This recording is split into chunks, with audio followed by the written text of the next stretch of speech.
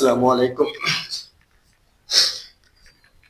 প্রিয় শিক্ষার্থী বন্ধুরা, আজ আমরা দশম শ্রেণীর অর্থাৎ ঘনত্ব দ্বারা নিয়ে বিস্তারিত আলোচনা করব। সেখানে যতটুকু সময় লাগে এই অধ্যায়টা যাতে আমাদের অল্প সময়ের মধ্যে ক্লিয়ার করা যায় সেখানে আমরা লক্ষ্য করব। অর্থাৎ দশম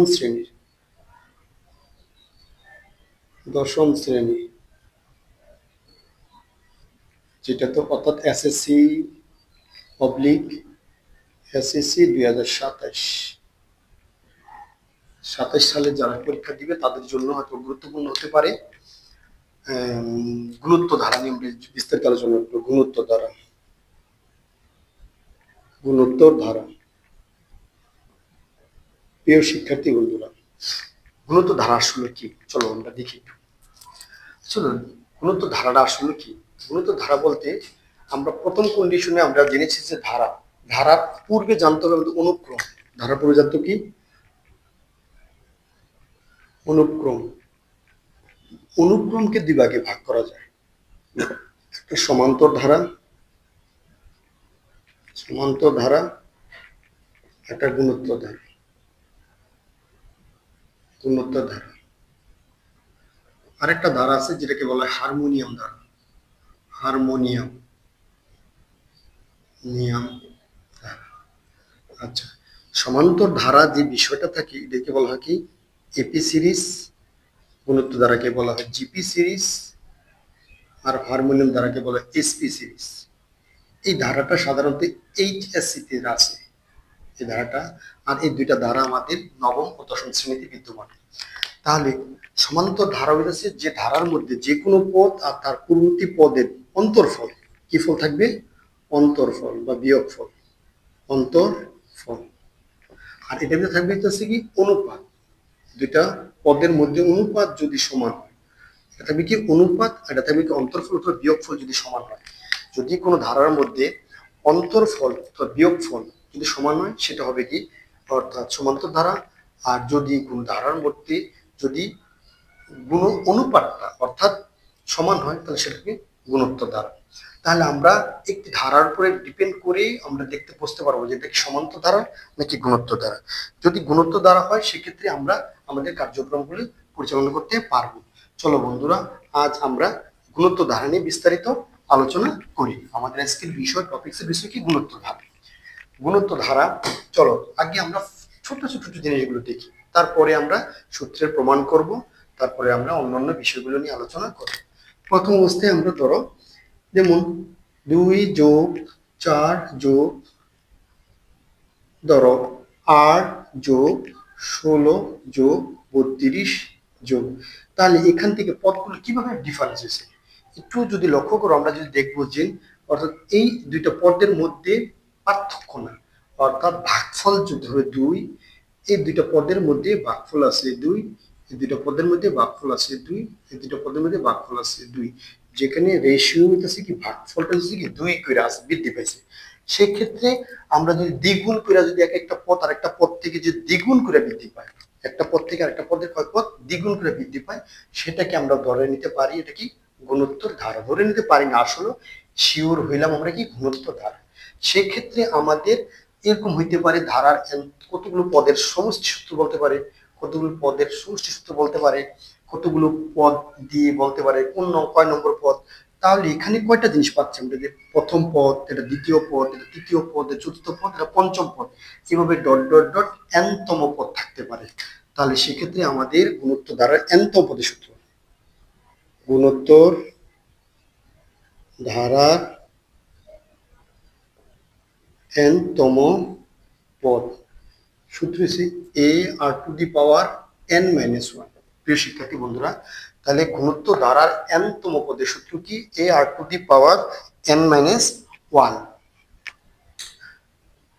এর পরবর্তী দেখো একটু, এখানে যদি এনতম পদের সূত্র যদি এটা AR⁴ যদি হয় তাহলে আমাদের এখানে সমষ্টি সূত্রটা কি আমরা অ্যাপ্লাই করি।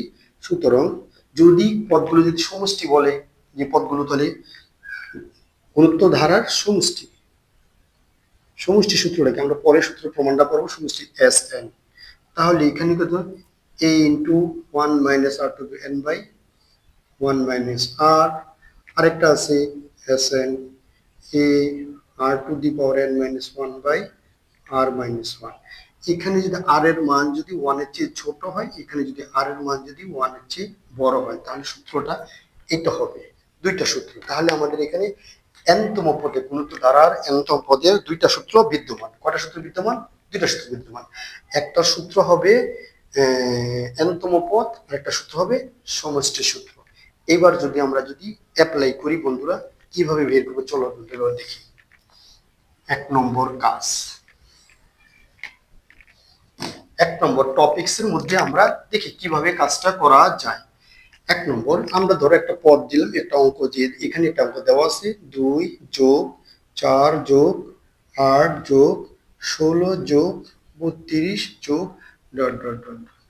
প্রশ্নতে বললো যে ধারার 10তম পদ কত, 10তম পদ কত।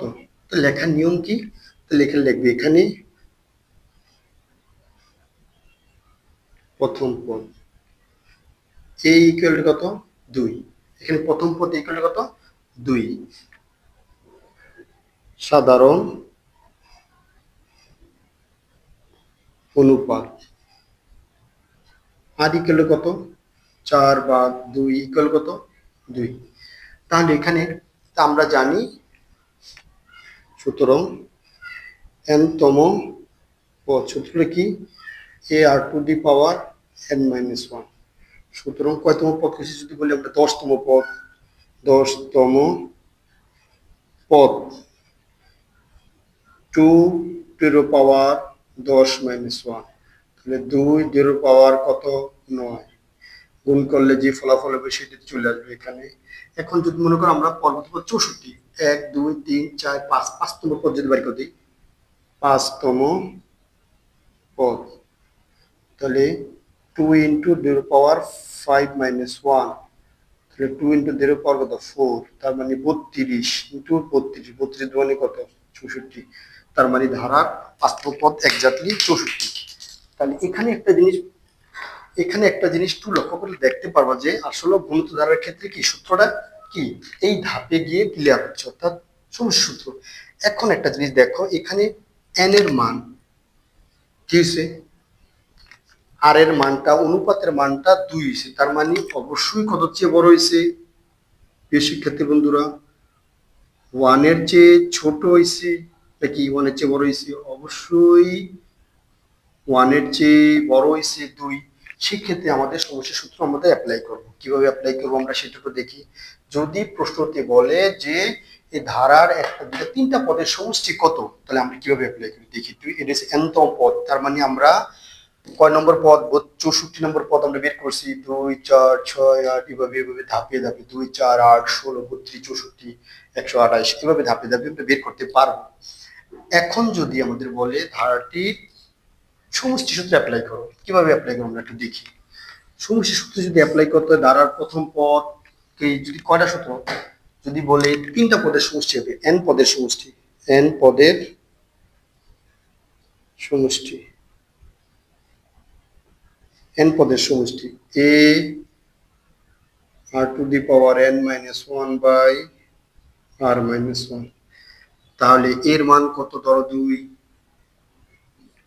2 এর পাওয়ার কয়টা পদ, তিনটা পদ যদি বলি তিনটি পদের সমষ্টি, তিনটি পদের সমষ্টি s3, তিনটা পদের সমষ্টি, তাহলে 0 power 3 minus 1 by 2 minus 1 equal to দেখো 2, 0 পাওয়ার 3 থেকে 8, 8 মাইনাস 1 বাই 1, 2 গুণন 7, 7 মানে কত 14।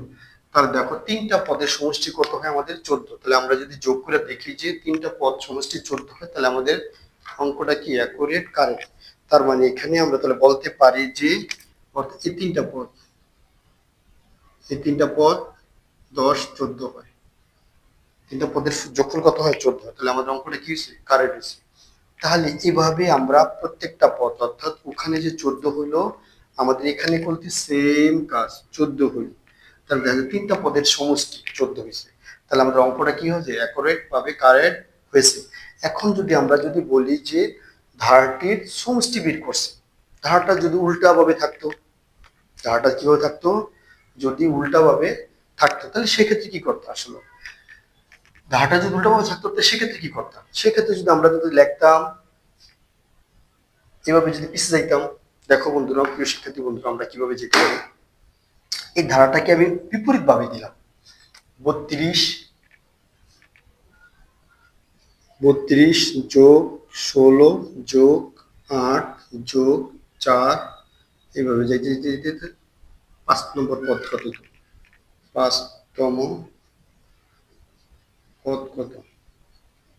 উল্টা ভাবে যদি যেতাম, বিপরীত ভাবে যদি ধারাটা তৈরি করতাম, তাহলে বন্ধুরা কি হইতো একটু যদি চিন্তা করো, তাহলে আমাদের প্রথম পদ কত আসতো এখানে। আমরা যদি সব জিনিসগুলো যদি এখানে যদি মুছে দিতাম, এখানে যদি মুছে দিতাম, তাহলে কি হইতো, দেখো তো এটা প্রথম পদ আমাদের কত আসতো, 2 আসতো না 32 আসতো? অবশ্যই কত আসতো, 32 আসতো। সাধারণ অনুপাতটা তাহলে কত হইতো, তাহলে 16 ভাগ 32 কত, হাফ। এখন দেখো অনুপাতের মানটা ভগ্নাংশ চলে আসছে, অনুপাত মানে কি চলে আসছে, ভগ্নাংশ চলে আসছে।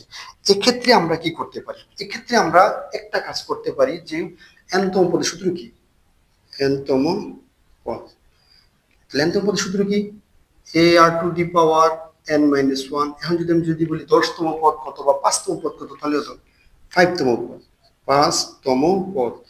তাহলে এর মান কত, 32 ইন্টু হাফের উপরে পাওয়ার কত 5, তাহলে এখানে কত 32 ইন্টু হাফের উপর পাওয়ার 5 মানে কত হচ্ছে 1/32, 32 তার মানে কত 1, কত 1। তাহলে 1 2 3 4 5, তাহলে 5তম পদের মান কত হবে এখানে, তাহলে কত হবে 1। প্রিয় শিক্ষার্থী বন্ধুরা, দেখো বিষয়টা একটু বোঝো। তাহলে এটা ভাগ এটা হচ্ছে কত, এটা ভাগ এটা,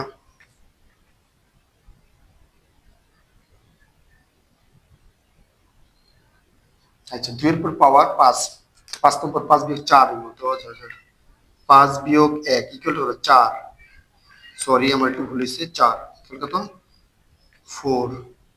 তাহলে 32 ইন্টু 4 মানে কত 16, 16 মানে কত হচ্ছে হাফ, 2। তাহলে হচ্ছে কত, এখানে কত হবে 2।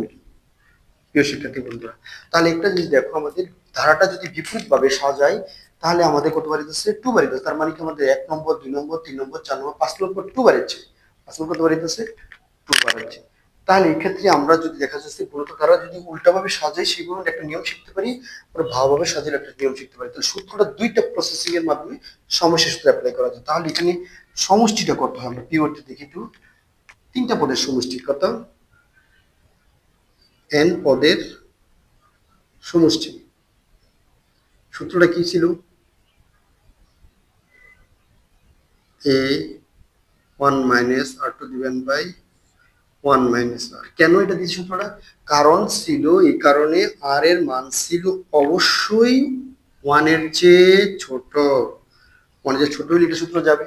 তাহলে এখানে আমাদের বলছে, যদি বলি তিনটা পদের সমষ্টি, কয়টা পদ, এই তিনটা পদের সমষ্টি যদি বের করতে চাই, তাহলে কত 3 হবে, এর মান কত 32, 1 মাইনাস 1/2 এর উপরে পাওয়ার হবে কত 3,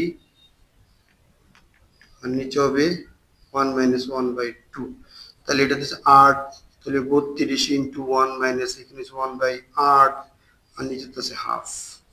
তাহলে এখানে কত বাড়িতে আছে দেখি আমরা একটু, তাহলে 32 গুণন 7/8 বাই কত 2, 4 আটা 4 4 4 4 4 আটা 32, তাহলে কত 4, 2 দিয়ে কাটলে কত হয় 2, 7 দোকানে 14, বলেছে নাকি আমরা দেখি 8/7, 8/7, তাহলে এটা হচ্ছে কি এখানে 8/7 হলে গুণ হইতেছে কত 4 7 28, 28 4 7 কত হলে হাফ ছিল 4 7 28, 28 গুণ 2, 28 হলে 56, 556। তাহলে এখানে দেখো 32 যোগ 16 আর 8 যোগ করলে 8 8 6 14 14 15 16 16 6 3 4 5 56, তার মানে 56, এই করে পদ যোগ করলে কত হয় 5 6 56, তার মানে এক্স্যাক্টলি ভাবে এখানে কত 56 হয়।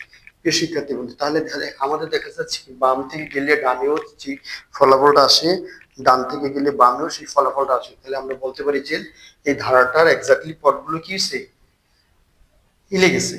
তাহলে আমরা এখান থেকে গুণিত দ্বারা একটা ছোটখাটো একটা অঙ্ক দিয়ে আমরা দুটো টপিকস নিয়ে দেখালাম। এখন যদি আমরা যদি বলি যে একটা সৃজনশীল টাইপ কোশ্চেন কিভাবে সলভ করতে হয় সেটা যদি আমরা একটু তাকাই, তাহলে বুঝতে পারবো যে ক্লিয়ার কাট বুঝতে। ধরো একটি গুণোত্তর ধারা, ধরো একটি ধারা দিলাম,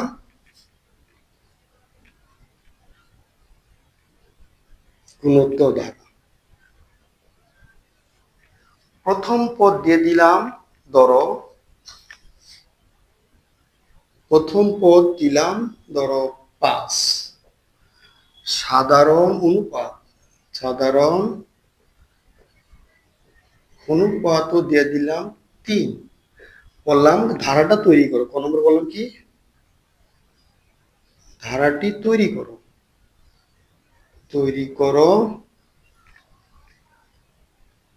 ধারাটি তৈরি করে 5তম পদ কত, 5তম পদ কত। তাহলে একটা গুণোত্তর ধারার প্রথম পদ দিলাম 5, সাধারণ অনুপাত দিলাম 3, ধারাটি তৈরি করে 5তম পদ কত। তাহলে তাহলে এ ইকুয়াল টু দেওয়া আছে কত, 5, আর আর ইকুয়াল টু দেওয়া আছে কত, 3। এখন ধারাটা যদি তৈরি করে ধারাটি তাহলে ধারাটি সূত্র কি, a plus a r plus a r square plus a r cube plus dot dot dot dot. তাহলে এর মান কত, 5 প্লাস 5 গুণন 3 প্লাস 5 গুণন 3 স্কয়ার প্লাস 5 গুণন 3 cube plus dot dot dot. তাহলে 5 যোগ 3 5 যা 15 প্লাস 3 3 3 কানা 5 9 45 প্লাস 5 27। তাহলে এইভাবে ধারাটা কি চলে যাবে। তাহলে দেখো এখানে 5 15 অর্থাৎ কত করে ডিফারেন্স হয়েছে, 3 করে, 3 15 45, আর 3 5 15, 5 3 5 3 4 12 13 135। এইভাবে কি করে ধারাটা তৈরি হয়। তাহলে আমাদের একটা জিনিস ক্লিয়ার, যে ধারাটা তৈরি করার জন্য যেই জিনিসটা দরকার সেটা হচ্ছে কি প্রথম পদ। আরেকটা জিনিস দরকার, সেটা সবচেয়ে মোস্ট ইম্পর্টেন্ট, সেটা হচ্ছে কি অর্থাৎ সাধারণ অনুপাত। অর্থাৎ কত অনুপাত মানে কি একটা পদ আর একটা পদের কত গুণ বেশি দেওয়া। এখানে কত গুণ বেশি দেওয়া আছে, 3 গুণ বেশি দেওয়া আছে। এই জন্য একটা পদের সাথে আরেকটা পদের 3 গুণ করে বৃদ্ধি পাবে। তাহলে সেক্ষেত্রে ধারাটা এইভাবে তৈরি হবে। এ একটা কাজ, এ একটা সিকোয়েন্স দেওয়া আছে। এখন আমাদের ধারাটা তৈরি করলাম। এখন তৈরি করে যদি বলে যে 5তম পদ কত, 1 2 3 4, 5তম পদ কত, তাহলে আমরা এই আর টু দি পাওয়ার n মানে n তম পদ সূত্র হলো n তম পদ a r to the power n minus 1। সুতরাং 5তম পদ কতম, 5তম পদ a r to the power 5 minus 1 মানে 4। তাহলে এখানে একটা জিনিস লক্ষ্য করা যায় যে এর মান যদি আমি বসাই, এর মান কত 5, আর এর মান যদি বসাই 3 উপর পাওয়ার 4, তাহলে 81। 5 গুণ কত 81, 81 মানে 5, 5 চকে 5, 5 9 45, 455, 5 9 45, তার মানে 455। পরবর্তী পদটা হচ্ছে কত, 455। তাহলে আমার দেখো এখানে একটু ধারাটা খুব ক্লিয়ার ভাবে তৈরি হয়ে যায়।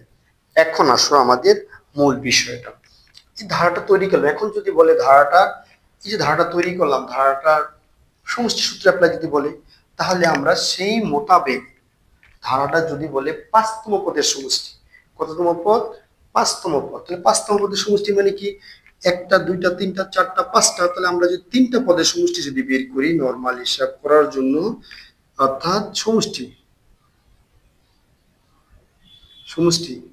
Sn a r to the power n minus 1 by r minus 1, a r to the power n minus 1 by r minus 1।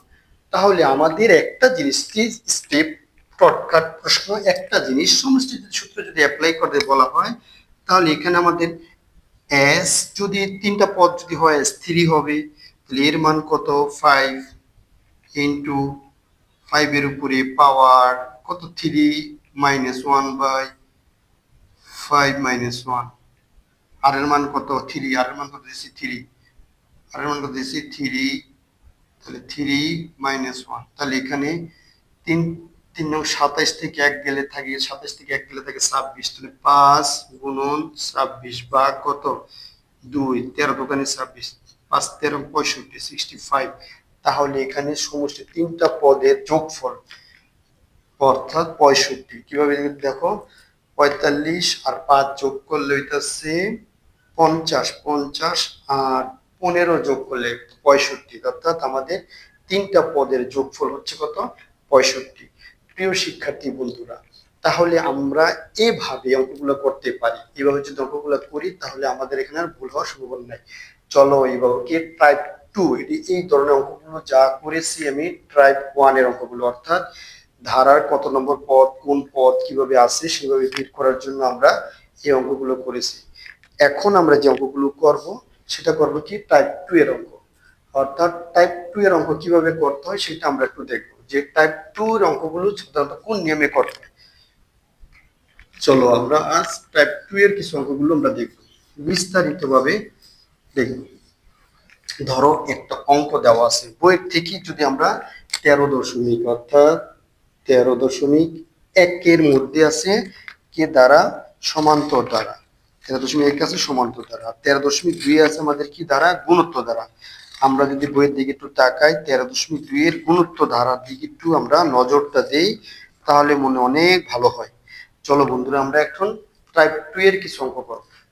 ধরো একটা পার্ট দেওয়া আছে নরমাল বইয়েরই একটা অঙ্ক, ধরো একটা 7 নম্বর একটা অঙ্ক এরকম দেওয়া আছে 5 + x + y + 135, 135 এত হতে এক্স ওয়াই কত। ধরো বিষয়টা বুঝি একটু, এত থেকে এক্স ওয়াই এর মানটা কত, তার মানে এটা যদি গুণোত্তর ধারাভুক্ত হয়, প্রশ্ন হচ্ছে এখানে গুণোত্তর ধারাভুক্ত হয়, তাহলে আমরা একটা নরমাল সিকোয়েন্সের মধ্যে ধরতে প্রথম পদ তো এ, দ্বিতীয় পদ কত এ আর, তৃতীয় পদ কত এ আর, চতুর্থ পদ, তাহলে আমরা এখানে যদি নরমাল যদি একটা হিসেব করি, যদি এখানে কত প্রথম দ্বিতীয় তৃতীয় চতুর্থ, তাহলে প্রথম পদ কত এ সমান কত 5, এ সমান কত 5, আর 2 3 4 4 নম্বর পদ কত দেখি আমরা এনতম পদ, এনতম পদ নরমাল হিসাবটা করি তাহলে কত হয় এ r to the power n - 1, সুতরাং চারতম পদ, চারতম পদ এ আর টু দি পাওয়ার কত 3, তাহলে চারতম পদের তো 3 হইলে সুতরাং আমরা বলতে পারি না যে আরে বলতে পারি না যে a r to the power 3 equal to 135, তাহলে কত আর কিউব ইকুয়াল টু কত 135 ভাগ 3, 5 কত 5, তাহলে 5 দ্বারা ভাগ করলে 27, তাহলে আর কিউব ইকুয়াল টু কত 27 মানে 3 কিউব, তাহলে আর ইকুয়াল টু কত 3। এখন তাহলে দ্বিতীয় পদ কত হবে, সুতরাং তৃতীয় পদ এ আর স্কয়ার, তাহলে 5 গুণ 3 স্কয়ার, 3 3 9, 5 45, দ্বিতীয় পদ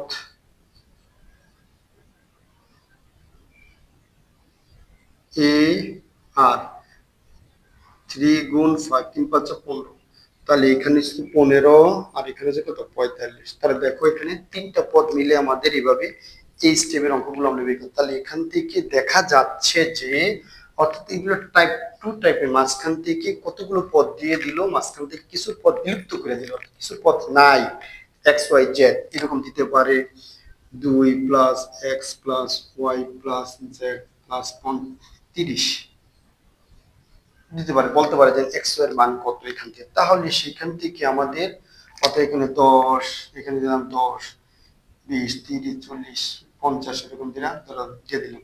এখন দিয়ে যদি বলে আমাদের এখানে যদি দিলে 50 দিয়ে দিলাম, যদি বলে এক্স এর মানটা বের করো ধারা অর্থাৎ গুণিত ধারাভুক্ত হলে, তো সেক্ষেত্রে আমাদের এই প্রসেসিং এর মাধ্যমে এই কোয়ালিটি এই সিম্বল এই সিস্টেমের মাধ্যমে আমাদের অঙ্কটা বের করতে হবে। প্রিয় শিক্ষার্থী বন্ধুরা, এখানে একটা জিনিস লক্ষ্য ফোকাস রাখতে হবে যে গুণোত্তর বিগত সালগুলো থেকে এবারকার এখন যারা পরীক্ষা দিবে তার পূর্ণাঙ্গ সিলেবাস, পূর্ণাঙ্গ সিলেবাস মানে একটা গণিত বইয়ের পূর্ণাঙ্গ প্রস্তুতি নিতে হবে তাকে, পরিপূর্ণ প্রস্তুতি। গণিত বই থেকে যদি পরিপূর্ণ প্রস্তুতি নেওয়া যায় সেক্ষেত্রে কেবল ভালো রেজাল্ট করা সম্ভব।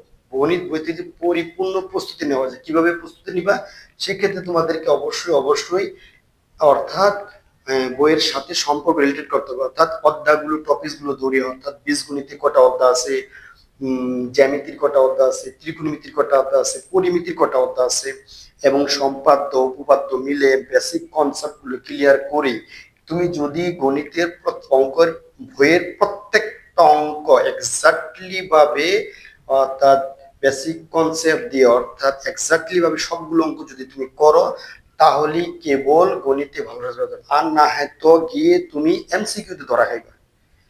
তাহলে কি বলো, এমসিকিউ ধরা খাইবা। কিভাবে ধরা খাইবা? কারণ তুমি গণিত থেকে অনেক পদ্মাগুলো করলা না, অনেক টপিক গুলো করলা না, সেই কারণে তুমি দেখা যাবে তোমার সূত্রগুলো অনেক ভালো করে মুখস্থ নাই, বা সূত্রগুলো ভালো করে বোঝো না, না বুঝা স্যারে শুধু বলে সূত্র মুখস্থ করো মুখস্থ করো মুখস্থ করে অ্যাপ্লাই করতে পার, মেথড বোঝো না, সেক্ষেত্রে তুমি অবশ্যই গণিত ভালো করতে পারবা না। আর গণিত যদি ভালো করতে না পারো, সায়েন্সে লেখাপড়া করা বা কমার্সে লেখাপড়া করা আসলে বৃথা। কোন রকম দেখে দেখে পাশ করার চেয়ে গণিতকে বুঝে শুনে পড়ায় সেটি সবচেয়ে সর্বোত্তম পন্থা। আর তোমরা যদি ভালো কিছু করতে পারো তাহলে সেটি হচ্ছে আমাদের সার্থকতা। অর্থাৎ এখানে গণিত সবচেয়ে ভালো মানের টপিকস, তুমি যদি বিস্তারিত যদি জেনে শুনে বুঝে করো তাহলে কিন্তু সম্ভব। এখানে দেখো আমাদের তাহলে এই অঙ্কগুলো কি এই স্টেপ করো, তাহলে এই অঙ্কগুলো আলোকে যদি তুমি যদি এই অঙ্কগুলো কি করতে পারবা, এরকম অসংখ্য অঙ্কগুলো আছে, যেমন যেমন 3 plus x plus y plus z plus 243 হতে এক্স ওয়াই জেড সমান কত, এরকম বলতে পারে। এখন এগুলা যদি এটা গুণিত ধারাভুক্ত করছে, যদি অনেক সময় বলতে পারে সমান্ত ধারাভুক্ত হলে কি করবা, সেটা সমান্ত ধারাভুক্ত সূত্র ফেলাইতে হবে। গুণিত ধারা করছে, গুণিত ধারা সূত্র ফেলাইছি। যদি বলতো সমান্ত ধারা, তো সমান্ত ধারা সূত্র ফেলাইতাম। অর্থাৎ যেই ধারার কথা বলবি সেই ধারার আলোকে আমাদের কি অঙ্কগুলো করতে হবে। এরপরে করতে হবে, হ্যাঁ ঠিক আছে ব্যাপারটা। আচ্ছা, এই ধরনের একটা অঙ্কগুলো আছে। এটা যদি আরেকটা নিয়মের অঙ্ক আছে, সেটা হচ্ছে কি plus one, one plus one plus one plus one plus one dot dot dot dot dot ধারা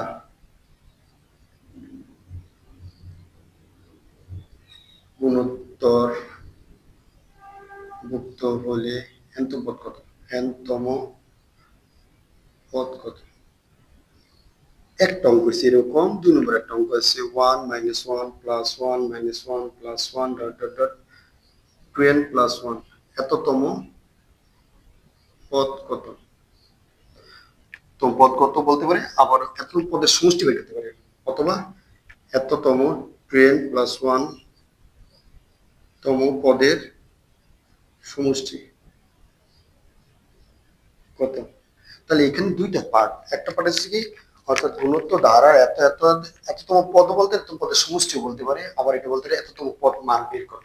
তাহলে দেখো এখানে বলতে অনেকগুলো বিষয় ফোকাস করলেই আমাদের চলে আসে। কি কি বিষয়গুলো চলে আসে, অর্থাৎ একটা ধারার সাথে একটা ধারার কি কি রিলেটেড আছে, একটা ধারার অঙ্ক আরেকটা ধারার অঙ্কের সাথে কিভাবে সম্পর্ক আছে।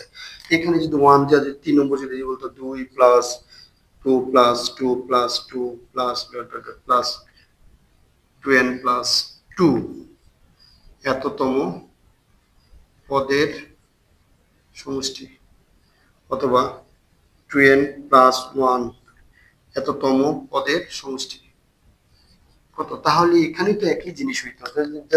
তাহলে আমাদেরকে নিয়মগুলো সবচেয়ে বড় জরুরত প্রয়োজন। নিয়ম নিয়ম কোন আলোকে কোন অঙ্কটা কিভাবে করবা সেটার আলোকেই তোমাকে এখানে আসতে হবে।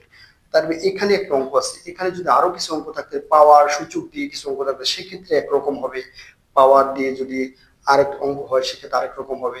তাহলে এখানে কিন্তু সবচেয়ে বড় প্লাস পয়েন্টের কিছু অঙ্ক আছে, তার মধ্যে থেকে লগের কিছু অঙ্ক আছে, গুণিত দ্বারা রুট ওভারের কিছু অঙ্ক আছে, অনেকগুলো অঙ্ক আছে। তোমাদের এই যে জেনারেল ম্যাথ যে বইটা আছে এই বইটার থেকে অসংখ্য, এই বইটার দিকে তাকাও, এই বইটার থেকে দেখবা যে অনেকগুলো অঙ্ক আছে, প্রত্যেকটা অঙ্কই গুরুত্বপূর্ণ। 13.2 এর প্রতিটা অঙ্কই গুরুত্বপূর্ণ। আমি জাস্ট সিম্পল দু একটা অঙ্ক করে দিয়েছি, দেখাইছি যে নিয়মগুলো কি ফলো করতে জন্য। এই জন্য তোমরা যদি বেশি বেশি যত বেশি অঙ্কগুলো করবা তত বেশি জ্ঞান অর্জন হবে এবং তত বেশি হবে। তাহলে প্রিয় শিক্ষার্থী বন্ধুরা, আজ এখনই এতটুকু থাক। আগামী ক্লাসে আমরা নতুন কোনো ক্লাস আপলোড করব। ধন্যবাদ সবাইকে।